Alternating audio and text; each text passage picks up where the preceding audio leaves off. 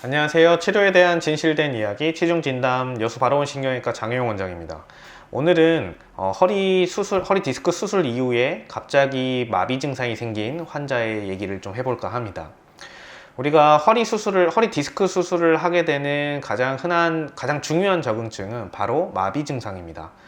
우리가 디스크가 눌리게 되면 처음에는 신경의 구조 자체가 바깥쪽에는 감각신경이 있고 안쪽에는 이제 그 운동신경이 있기 때문에 신경이 눌리면 처음에는 감각신경에 문제가 생겨서 이제 감각에 이상이 오다가 나중에 더 심해지게 되면 운동신경에 마비가 와서 이제 실질적으로 이제 근육에 마비가 발생을 하게 되죠. 그러면 보통 이제 수술을 해서 그러면 운동 마비 증상이 발생을 했을 때 수술을 빨리 해주게 되면 보통은 그 신경 손상을 최대한 줄여놓고 이제 회복하는 걸 기다리다 보면 보통 증상이 많이 회복이 되는 경우가 대부분입니다. 하지만 간혹 가다가 이게 그 수술의 시기를 놓치거나 아니면 너무 심하게 신경이 눌리는 경우에는 영구적인 장애로 남는 경우도 있죠. 그런데 이제 가끔씩 좀 드물지만 신경이 눌렸을 때 처음에는 마비 증상이 없다가 수술한 이후에 마비 증상이 발생하는 경우도 발생할 수 있습니다. 그래서 오늘은 그것과 관련된 얘기를 해볼 건데요. 그럼 이제 디스크 수술을 앞두고 있거나 디스크가 좀 심하다는 얘기를 들으셨던 분들은 이 영상을 끝까지 시청해 주세요. 자, 오늘의 진료 시작하겠습니다. 이 환자분은 19살 남자 환자분으로 오른쪽 허리와 다리 바깥쪽으로 내려가는 하지 방사통을 하지 방사통이 발생을 했었고요. 그래서 그 증상 때문에 마비 증상은 없고 통증만 있는 상태에서 다른 병원에 가셔서 이제 수술을 받았습니다. 내시경적으로 수술을 받았습니다. 근데 수술을 하고 나서 디스크를 잘 제거를 했는데 그 이후에 갑자기 발목이 떨어지는 그런 발목에 힘이 들어가지 않는 마비 증상이 발생을 하게 됐죠.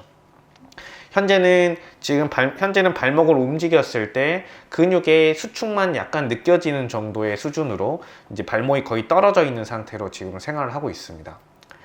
자, 이게 지금 그 당시에 찍었던 사진입니다. 엑스상에서 봤을 때는 지금 이 5번 천추 1번, 4번 5번, 뭐 3번 4번 사실 다 간격이 비슷비슷하기 때문에 어느 부위에 지금 디스크가 확실히 나쁜지 알 수 없을 정도로 사실 엑스레이만 넣고 봐서는 디스크를 바로 의심하기는 어려운 상태로 보이는데요. 그래서 이제 MRI를 찍었죠. 그래서 지금 이게 보시는 게 수술 전 MRI인데요. 수술 전 MRI 상에서는 지금 보면 3번, 4번, 4번, 5번, 5번 천추 1번 사이에 디스크가 다 조금씩 튀어나와 있는 게 보이는데 특히 3번, 4번과 이 4번, 5번 같은 경우는 디스크가 좀 많이 튀어나와 있는 걸 볼 수 있습니다. 특히나 4번, 5번 같은 경우는 디스크가 튀어나와서 밑으로 약간 흘러내리고 있는 양상을 보이고 있고요. 그래서 단면을 보면 지금 이게 신경 다발인데 이렇게 하얗게 보이는 게 공간이라고 생각하시면 됩니다. 그럼 저 하얗게 보이는 공간이 있어야지 신경이 눌리지 않는 건데 지금 보시면 3번, 4번 같은 경우에 디스크가 이렇게 튀어나오면서 신경을 압박을 하다 보니 아까 보시던 그런 하얀색 공간이 많이 줄어드는 걸 볼 수 있고 그 밑에 4번, 5번 같은 경우도 디스크가 흘러내려오면서 신경이 이 신경 다발에서 신경이 이쪽으로 바깥쪽으로 나가야 되는데 신경이 나가는 부분에서 디스크가 밑으로 흘러내려오면서 신경을 꽉 누르고 있는 그런 형태를 볼 수가 있습니다.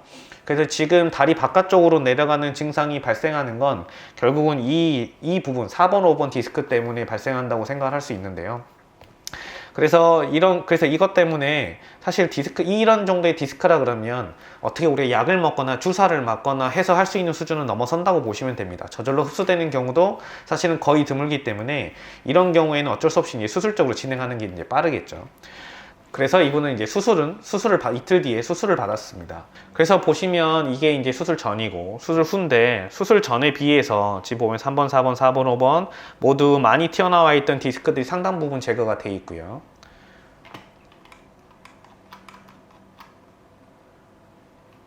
그리고 그 단면에서 봤을 때 튀어나왔던 이렇게 디스크가 튀어나와서 신경을 누르는 부분도 지금 보면 상당 부분 제거가 돼 있고 아래쪽에 이렇게 디스크가 흘러나왔던 부분도 신경이 상당 부분 이게 눌려있던 것들이 없어진 것을 확인할 수 있었습니다. 그래서 수술은 잘 됐습니다. 수술은 사실 아주 잘 됐습니다. 수술이 아주 잘 됐는데 문제는 환자가 수술 후에 갑자기 발목이 안 들어지는 마비 증상이 발생을 했습니다. 자, 그러면 이 환자는 왜 마비가 생겼을까요?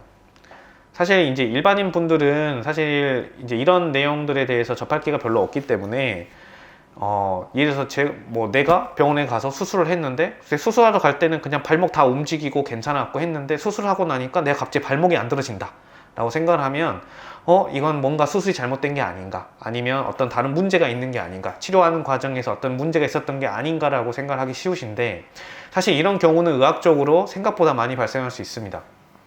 이런 것들을 우리가 이제 의학용어로 재관류 손상이라고 얘기를 합니다. 신경이 눌리게 되면 신경으로 가는 혈관 자체에 혈액 공급이 잘 원활하게 되지 않기 때문에 그 신경이 우리의 혈액이 부족해서 산소가 부족해서 생기는 허혈성 손상을 받게 됩니다.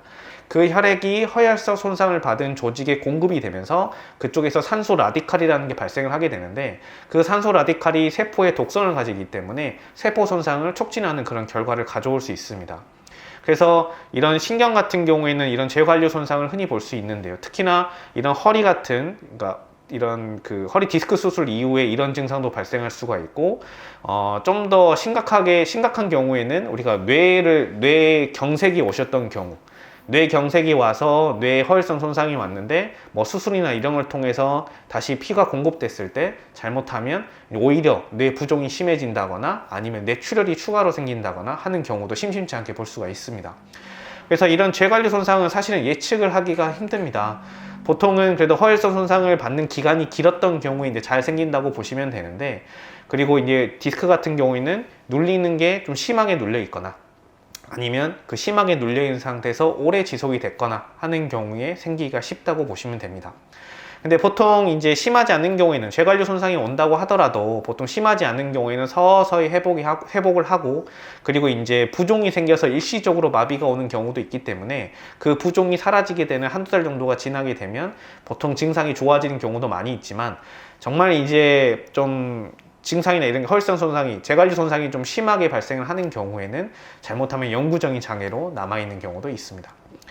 이 환자분 같은 경우는 지금 현재 수술하신 지 한 3개월 정도가 경과를 했는데, 지금 아직까지는 돌아오지는 않고 있고, 이제 그 이후에 MRI나 이런 걸 찍었는데 MRI 경과상으로 일단 괜찮은 상태이기 때문에 조금 더 지켜보면서 이제 경과를 봐야 되겠죠. 그러면 이제 디스크 수술을 한 후에 그러면 이런 재관류 손상이 발생하는 경우를 일단 말씀을 드렸는데, 그러면 재관류 손상 말고는 또 어떤 합병증 같은 게 있을까요? 재관류 손상은 사실은 그렇게 많이 자주 볼 수 있는 부분은 아니고요. 우리가 훨씬 더 자주 볼 수 있는 것들은 첫 번째 출혈, 그 다음에 감염, 그 다음에 신경 손상, 그 다음에 이제 수술 이후에 이제 신경이 유착되거나 재발하는 경우들을 생각할 수 있습니다. 출혈이나 감염은 모든 수술에 당연히 공통적인 합병증이겠죠. 출혈 같은 경우는 수술하는 과정에서 흔히 발생할 수 있는 건데, 사실 이제 출혈로 인해서 큰 문제가 생기는 경우는 드물고요. 이제 가끔씩 수술 부위에 지혈이 제대로 안 돼서 거기에 피가 차면 통증이나 아니면은 신경 증상이 계속 유지되는 경우가 있기 때문에, 그런 경우는 촬영을 해가지고 이제 피가 차 있다고 하면 다시 재수술하는 경우도 가끔씩 있을 수 있습니다. 감염 같은 경우는 사실 수술을 하는 외과의라고 하면 누구나 다 두려워하고 누구나 다 조심하는 부분인데, 이제 이제 수술방은 다 무균 처리가 돼 있고 그다음에 모두 소독된 도구를 쓰면서 최대한 조심하지만, 감염 같은 경우도 사실은 한 5% 미만에서 발생할 수 있는 가능성이 있기 때문에 그런 부분도 주의를 해야 되고요. 그리고 수술을 할 때 수술할 때 그 수술 시야 자체가 신경에 의해서 디스크가 가려져 있는 상태이기 때문에 신경을 약간 젖히고 수술을 하게 되는데, 그 과정에서 이제 신경이 자극이 가서 일시적으로 부종이 생기거나 신경이 손상되는 경우도 있을 수 있습니다. 그래서 이제 그런 부분들은 당연히 이제 숙련된 의사 선생님들이 이제 수술을 하시게 되면 사실 그런 경우는 거의 발생하지 않기 때문에 그렇게 크게 걱정하실 필요는 없고요. 그리고 이제 수술은 다 잘 끝났는데 수술을 하고 나서 몇 개월 뒤에 갑자기 다시 아프시다고 하는 분들도 있습니다. 이제 그게 왜 그러는 거냐면, 우리가 수술을 하게 되면 그 부위를 이제 저희가 이제 뭐 제끼고 뭐 좀 헤집어 넣고 이렇게 하면서 그 부위에 다시 나중에 회복을 하면서 새살이 차게 되는데, 그런 새살이 차고 뭔가 상처가 아무는 과정에서 신경 주변으로 해서 새살과 같이 유착이 생기는 경우가 있습니다.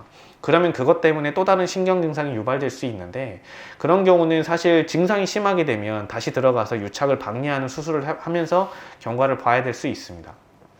그리고 재발 같은 경우는 당연히 처음에 디스크가 생기게 된 원인 자체가 그 디스크가 많은 압박을 받기 때문에 문제가 생긴 건데, 수술을 해서 내가 증상이 좋아졌다고 해서 다시 그걸 그대로 놔두게 되면 그 부위는 원래 계속 압박을 받던 부위다 보니 나중에 시간이 지나면 또 다시 문제가 생겨서 재발하는 경우도 심심치 않게 볼 수 있죠. 그래서 그런 부분들은 수술 이후에 추후에 이제 뭐 자세적인 문제라든지 아니면은 근력이라든지 그런 전체적인 몸 관리를 통해서 예방을 할 수 있습니다. 그러면 이렇게 신경손상이라든지 아니면 재관료 손상이라든지 이런 것 때문에 마비가 발생하는 경우도 있고, 아니면 수술하기 전에 워낙 마비됐던 기간이 길었던 경우에 이제 수술 이후에 증상은 좋아졌지만 마비 증상이 남아있는 경우, 그러면 이거를 관리를 어떻게 해야 될까요? 환자분들은 대부분 뭐 어떻게 운동을 하면 어떻게 좋아질 거냐 뭐 이런 것들을 많이 오셔서 물어보시는데, 이제 마비되는 정도에 따라서 조금씩 차이가 날 수 있는데요. 지금 이 환자분처럼 거의 발목이 떨어진 상태에서 움직이지 않게 되는 경우, 사실 나중에 문제가 뭐냐면, 지금 당장은 어차피 힘이 안 들어가기 때문에 어떻게 운동을 하기는 어렵고, 나중에 이 상태에서 나중에 힘이 돌아왔을 때 그때 가서 움직이려고 하면 오랫동안 발목을 안 움직이고 가만히 놔두게 되면 원래 움직였던 관절의 운동 범위 자체가 줄어들기 때문에 지금 당장은 관절의 운동 범위를 확보를 해주는 식으로 수동적으로 관절 그 범위만큼 운동을 해주면서 경과를 보시는 게 아주 중요합니다. 그렇게 해서 서서히 근력이 증가를 하고 발목 힘이 조금씩 돌아오게 되면 거기에 맞춰서 이제 적당한 강도에 적당한 부하를 주고 운동을 조금 진행을 하게 되면 이제 증상들이 점점 나아지겠죠. 수술하고 나서 이제 환자분들이 제일 많이 여쭤보는 게, 그러면 언제쯤 난 힘이 돌아올까요? 라고 많이들 물어보시는데, 일단 보통 저희가 말씀드리는 거는 일단 최소 6개월, 그리고 길면 3년까지도 얘기를 합니다. 수술하시고 나서 힘이 안 돌아와 있다. 근데 한 2달, 석 달 됐는데도 힘이 돌아오지 않는다. 그러면 환자분한테는 일단은 6개월까지는 지켜보시라고 말씀을 드립니다. 그리고 나서 그 이후에도 돌아오지 않는다. 그러면 사실 6개월 이후까지도 힘이 돌아오지 않는 경우에 그러면 100%로 돌아올 가능성은 사실은 많이 떨어진다고 보시면 되고, 하지만 장기적으로 봤을 때 조금씩 힘이 나아질 수 있기 때문에 좀 더 경과를 오래 지켜보시는 게 중요하다고 보시면 됩니다. 그리고 이제 중요한 건 그렇게 해서 이제 신경마비에 대해서 관리를 하면서 증상을 지켜보면 되는데, 이제 문제는 사실 디스크 수술하고 나서 제일 문제는 결국 재발입니다.